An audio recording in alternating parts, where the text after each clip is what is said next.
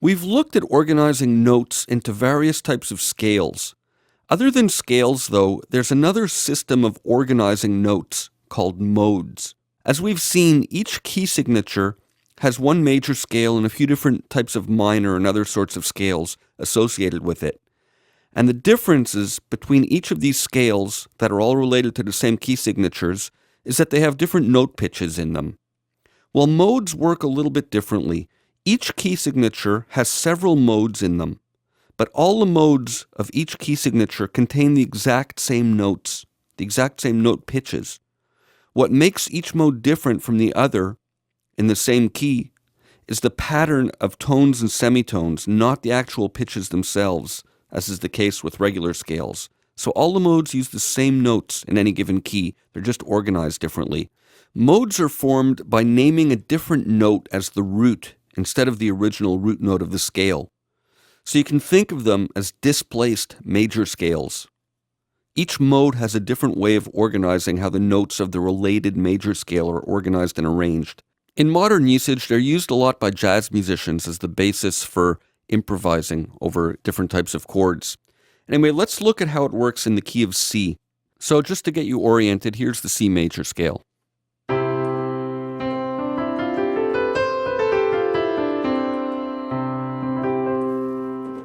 Now, let's say we run that scale starting on the second degree and ending on the second degree, going from D to D. That's called Dorian mode.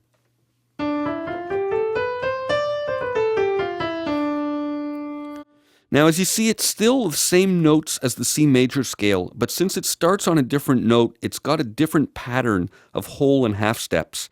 D is considered to be the key note now and not C.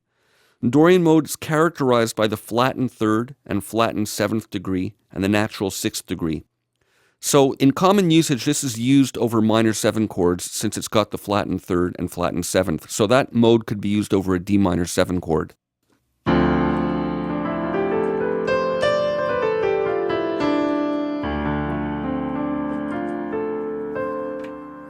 So Dorian mode. Let's see what that looks like. I'm going to hide the piano for the moment and let's look at our notation, and we'll see that Dorian mode is, again, in this case, the key of C, starting on the second degree and going to the second degree.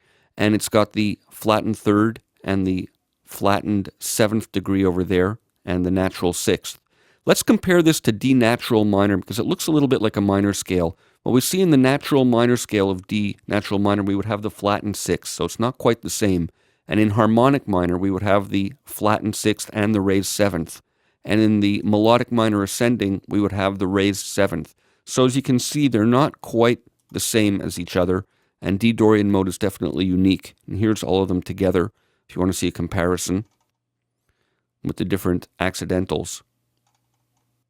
Let's look at another example. Here's Dorian mode in a different key signature. Here we're starting on C, so we have the flattened third and the flattened seventh, but it's still Dorian mode. In this case, we're taking it from the key of B flat, because C is the second degree of the B flat scale, so this would be used over a C minor 7 chord.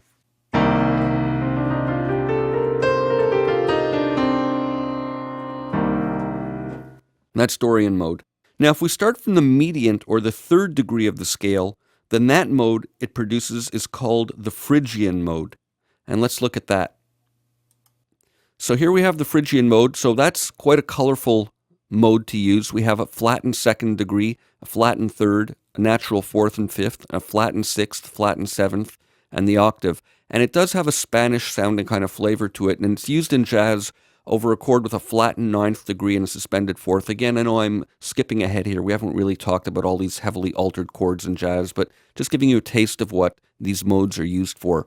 So here's an example. Well, here it is in this key.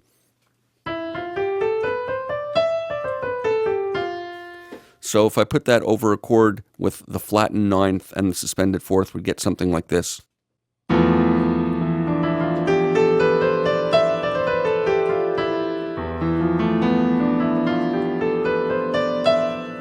So nice, colorful Spanish type of flavor.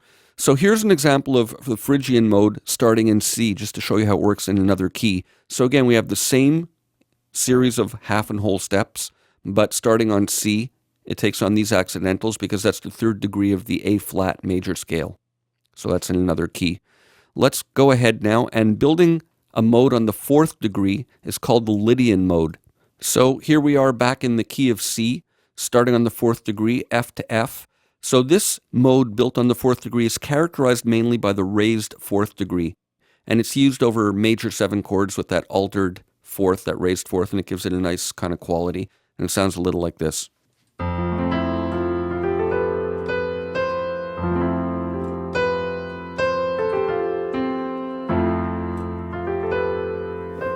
I'm accenting or emphasizing that raised 4th just to give you a taste of the flavor of it. And here's an example of the Lydian mode starting on C. So there's that raised 4th over there.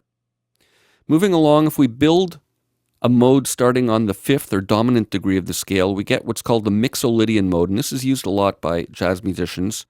Here it is. So that's starting on G, going all the way up to G in the key of C, and it's characterized by the flattened 7th degree. We get that F natural, and it's good for use over dominant 7 chords.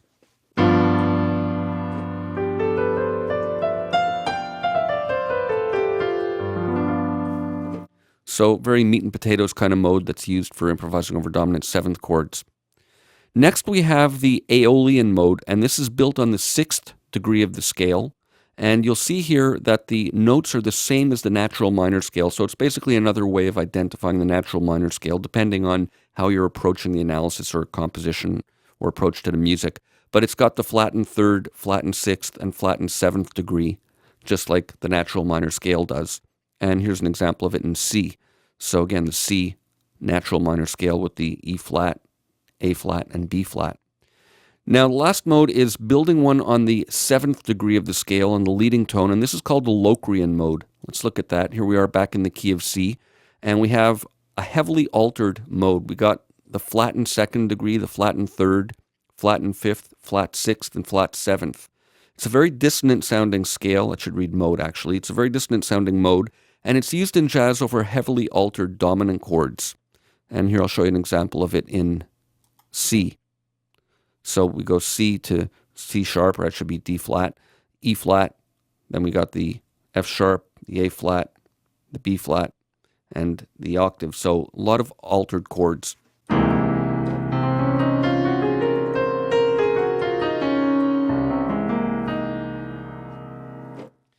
And it's also used over half diminished chords.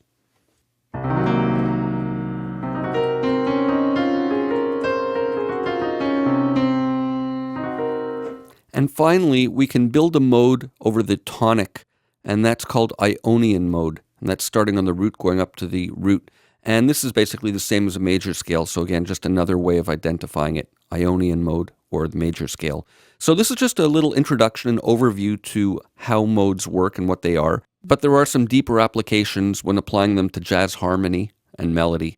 So that's it for now. Stay tuned, and in the next, our last video, we're going to have some fun.